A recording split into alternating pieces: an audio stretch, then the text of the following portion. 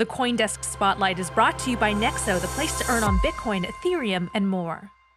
Emily, taking a look at the markets, crypto markets are down. Traditional markets surprisingly up as the U.S. Labor Department just released the latest jobs report for March. Payrolls rose about just over 430,000 as the unemployment rate fell to about 3.6%.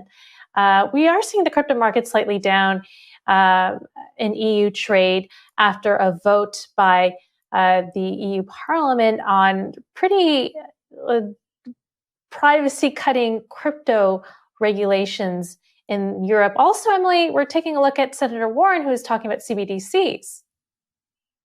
Yeah, so this is perfect timing for our next guest. Senator Warren has basically said that the U.S. should look at adopting a central bank digital currency or a digital dollar. Senator Warren is a very well-known critic of cryptocurrencies, sort of has compared them to a bubble. So I'm actually very pleased to announce our next guest, who is Massachusetts Representative Stephen Lynch. U.S. lawmakers are introducing an ECASH bill and a new push to create a digital dollar. Now, this is very different, I believe, from what Senator Warren is suggesting. The ECASH would be more like a digital analog to cash or the green bag, and it tends to preserve privacy and anonymous transactions. But Representative Lynch can explain this in much greater detail. Welcome. Thank you very much. You've explained it well.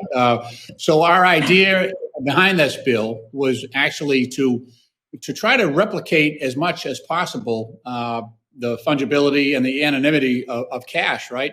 So but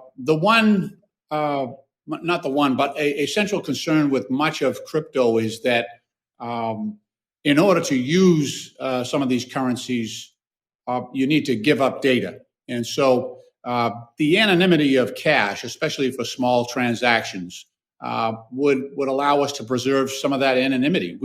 We don't want full spectrum surveillance of every transaction that we make, right? So that's the idea basically behind this bill. You're absolutely correct. It's not a crypto currency.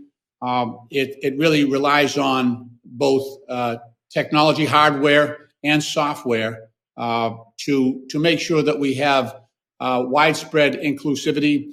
It even operates where the internet is not present and people don't have broadband, so that in some locations and also under certain circumstances, people will still be able to transact business anonymously.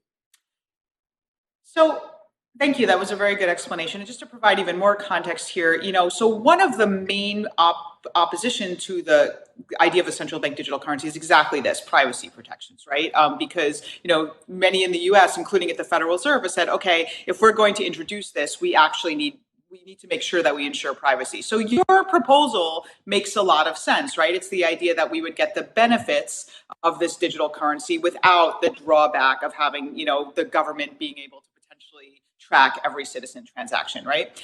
So can you just talk to us a little bit, though? I mean, it seems like such a reasonable proposal, but I imagine there's some obstacles somewhere, right? So, for example, how do you prevent, what many in cryptocurrency refer to as like the double spend problem, or forgeries? I mean, that's how do you present just basically these digital dollars not being able to be just infinitely replicated? What is the solution to that one? Yeah, because it doesn't have a centralized ledger or distributed ledger. Correct. So the way that so there are a couple of examples already out there. Whisper Cash is one, and e-currency is another, where the control that would prevent a double spend in this system, because it's not on the internet, it's not crypto. The measures that would prevent double spend are actually within both the software and the hardware of this system. And so the currencies are basically destroyed as they're transmitted from one location, from one individual to another.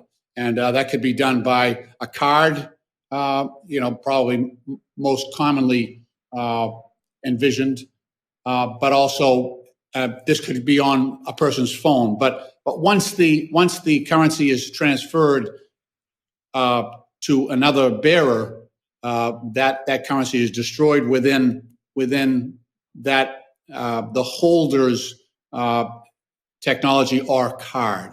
And so it's achieved through both the hardware that we're asking the U.S. Treasury to deploy, but also the software that facilitates the transfer of currencies. Thank you. That's a very good description. So just, we just asked you a question about some of the risks here. Can you explain what are some of the benefits, right? So like, why do we need this? We have, various forms of digital payments already in the United States. I mean, Apple Pay, Venmo, why do we actually need a digital version of the US dollar? Like, what would it bring that the current digital payment system does not bring? Or, some people are also saying, why don't we just use stable coins, right? There are quite a lot of stable coins in the US. Why do we need this specific version of digital currency? Again, that's a central question and a great question. So by having the anonymity, number one, so that people aren't subject to full spectrum surveillance in every aspect of their financial lives, we need something that is anonymous. So this would look. Cash is going away. I have some areas in my district that there are businesses that have refused to accept cash. They're going digital, and I understand that it's much cheaper, much cost efficient, and I think we've achieved such widespread adoption.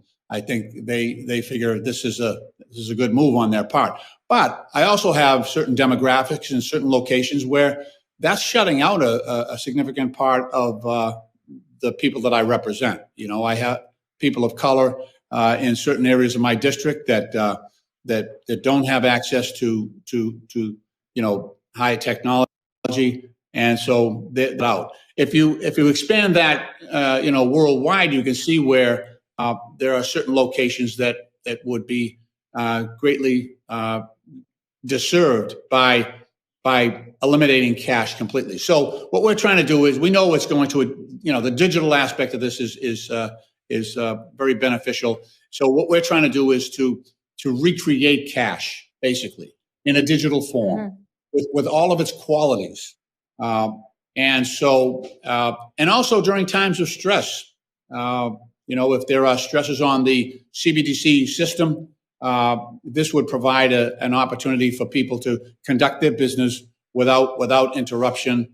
And frankly, we haven't seen a really solid solution to some of the problems with crypto yet. So that will come, I think, because I think in a lot of cases, some of these stable coins and crypto are immature so far. They will fix these problems eventually, but we're not there yet. Vitalik Buterin is one of those people that says, he's got this idea or this trilemma where it's difficult to obtain, decentralization and scale and security all in one. We haven't seen a system that has those qualities yet. Yeah, Congressman, what I find really interesting is that this is not blockchain technology. This is not a distributed ledger. This is not cryptocurrencies, Bitcoin as we know it. This is a totally different technology on different hardware or software. So I am curious, who made this hardware or software? And also, you want the Treasury to issue it. Why the Treasury versus, say, the Fed? Yeah. So what we're trying to do is to set up a sort of a task force within Treasury and that's what the bill does. It sets up a task force to look at digital currency and to actually, we want them to make the decision on which technology to deploy. As I mentioned before, you've got several out there already. So there are models of this that currently exist. But we don't want to pick winners and losers here. We'd rather have Treasury, since they're the ones that are going to be responsible for deploying this, we'd rather have them make those decisions. And who's making it, the hardware or the software? I'm sorry? Who's making the hardware or the software? Well, so far it's been private industry. So far it's been WhisperCash, it's been e-currency, and there are other iterations as well. Those are probably two of the better known ones. But that's what we're asking for, is for Treasury to conduct research within this task force to actually come up with the best iteration of that, so that the security of this widespread adoption is there, and the anonymity. We outline the characteristics that are required within this ECASH currency. So they have flexibility within those guidelines as to which iteration to adopt. And Congressman, do you have a sense of how much support there is for this bill in Congress? Well, I think there's a groundswell of support for anonymity, right? There's strong support, especially within the Financial Services Committee and Chairwoman Waters, for preserving the fungibility of cash and for providing some measure that will allow people of modest means to still purchase the goods they need, and that might not have the capacity to deal in a strictly digital cash mode with a wallet, crypto wallet, and some of the complexities that offers. So this is you're right, this is a much simpler version. This is not as, I wouldn't call it low tech at all. That would be disparaging, but it is far less involved and much easier to use than a crypto wallet. And I think that if Treasury does this correctly, it will provide a parallel system for people to conduct small dollar commerce. All of the anti-money laundering laws would apply to this. So whereas cash, I think it's a $10,000 limit on transactions without filing a suspicious transaction report, those would all apply to this as well. All right, Congressman, we got to wrap it there, but just to follow up on what Christine said, just one final question. So, Christine just asked you about the support. Just if you had to really give us an honest appraisal here, what are the chances of this going through, right? Because this can be the coolest, most practical idea in the world, and it still needs to go through the Washington political process. Percentage? And a lot of people in Washington are really nervous about digital currencies and anonymity. So if you just had to say simply, what are the chances of this actually happening, what would you say? Well, first of all, you have to explain it. You have to explain it because people are struggling, Congress included, to try to understand cryptocurrency right now. And there's real disparity in terms of what members understand about cryptocurrency and blockchain. So until we were able to educate people on what this is about, it would be impossible to give an assessment. Our first job is to educate people on how this works, right? And that's happening now. It's happening at Treasury. The velocity of change in this space is tremendous, and the ability of Congress to keep up is a real struggle.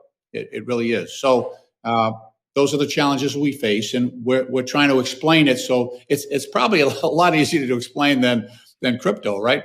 But we're engaged in that process.